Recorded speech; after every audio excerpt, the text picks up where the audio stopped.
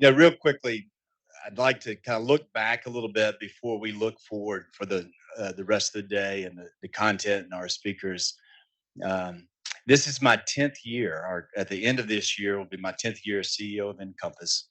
And as we look at how we have repositioned and expanded and diversified our membership so that we have something that's really unique and distinct. We have all of the leading tech companies that are creating the applications and the content that's driving the demand into our networks and giving us the economics, the new economics of a major fiber explosion and advanced networks and 5G and fixed and satellite. Um, 4, 5, 6, 7 years ago, we were really on the forefront of policies that led to the explosion of streaming and over the top services. And why was that so significant for what we're experiencing today? It is because it allowed, through streaming and over the top, new fiber entrants into the market without having to have the cable bundle. It created a whole new economics so that an infusion of private investment at record levels have come into the market. A year ago, 2 years ago, Encompass was on the forefront of leading the legislative congressional efforts for the what became the bipartisan infrastructure bill and the BEAD provisions that we now have. We were the first to endorse the Bridge Act, which became the framework of the legislation with Senator Portman, King, and Bennett. Last year, they came to our policy summit. And then, right after Alan Davidson was confirmed to head up the NTIA, he came to our policy summit, had dinner with all of our members. We've worked very closely with him in the second stage of the implementation of the Infrastructure Act and giving the NOPA and the guidelines. We'll be meeting with him tonight. We look forward to continuing the work and the conversations with him.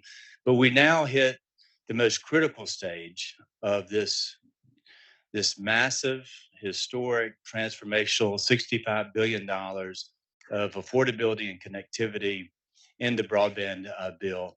And how do we now work at the state level with all the broadband offices in the implementation of the act? And so we'll be talking about how do we both get the funding right, and then how do we clear away the barriers, allow for the streamlining of the permitting, the rights of way, and the access, and all of the fundamentals of deployment. How do you cross the railroad? How do you attach to the pole? How does the fiber hit the road? So those are the things that we'll be talking about. And then how, as we layer on not only the funding, but how do we have an infusion of new spectrum coming into the marketplace? And we've been leading a campaign on 12 gigahertz to bring mid-band spectrum into new use, dual use, and multiple use. We think that the combination of federal funding to close the digital divide with a new infusion of mid-band spectrum is critical to the U.S. competitiveness and to the effort to connect all Americans. We have a great lineup. We have speakers from the Hill, from the FCC, and we really believe that what we've been able to put together over the last 10 years, both in our membership, the association, the events like today, but most importantly, being the voice, the continued voice from our very founding of bringing competition across all platforms and networks to the American individuals, consumers, businesses, Main Street, and to the enterprise sector is very critical for the mission and the purpose of what Encompass is all about.